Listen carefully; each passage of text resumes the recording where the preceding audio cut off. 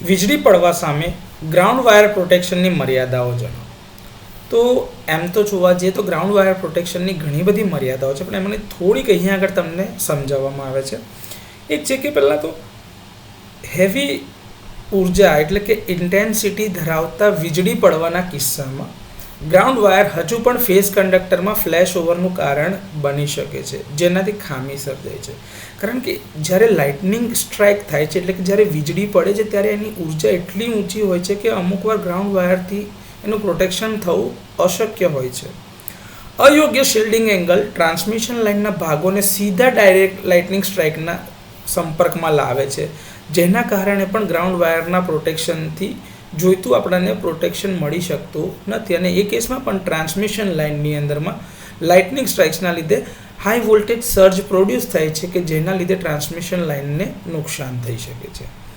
હવે એ ફોલ્ટ દરમિયાન નજીકના ફેઝ કંડક્ટરમાં હાઈ વોલ્ટેજ એટલે કે ઉચ્ચ વોલ્ટેજ પ્રેરિત એટલે કે ઇન્ડ્યુસ કરવા થઈ શકે છે, જેના કારણે ઇન્સ્યુલેશન ડેમેજ અને સાધન એટલે કે ઇક્વિપમેન્ટની અંદર પણ ડેમેજ થઈ શકે છે. ગ્રાઉન્ડ વાયર ઇન્સ્ટોલેશન માટે એક્સ્ટ્રા મટીરિયલ એટલે કે વધારાની સામગ્રી, સ્ટ્રક્ચર એટલે કે માળખા બનાવવા પડે છે અને સમયાંતરે એનું મેન્ટેનન્સ એટલે કે જાળવણીની જરૂરિયાત રહે છે, જે ટ્રાન્સમિશન સિસ્ટમના એકંદર ખર્ચમાં વધારો કરે છે. પાવર ફ્રીક્વન્સી ફોલ્ટનું જોખમ તેઓ નોંધપાત્ર રીતે ઘટાડી શકતા નથી, કારણ કે તેઓ મુખ્યત્વે હાઈ ફ્રીક્વન્સી લાઇટનિંગ સ્ટ્રાઇક અથવા તો લાઇટનિંગ સ્ટ્રોકના પ્રોટેક્શન માટે જ બનાવવામાં આવે છે. વીજળી પડવાની, તીવ્ર પવન એટલે કે વિન્ડ જે ફ્લો થતો હોય એ અને બરફના વજન એટલે કે આઈસ લોડિંગના કારણે વારંવાર સંપર્કમાં આવતા એની ઉપર મિકેનિકલ ડેમેજ થવાના ચાન્સ રહે છે, જે તેની અસરકારકતાને ઘટાડે છે.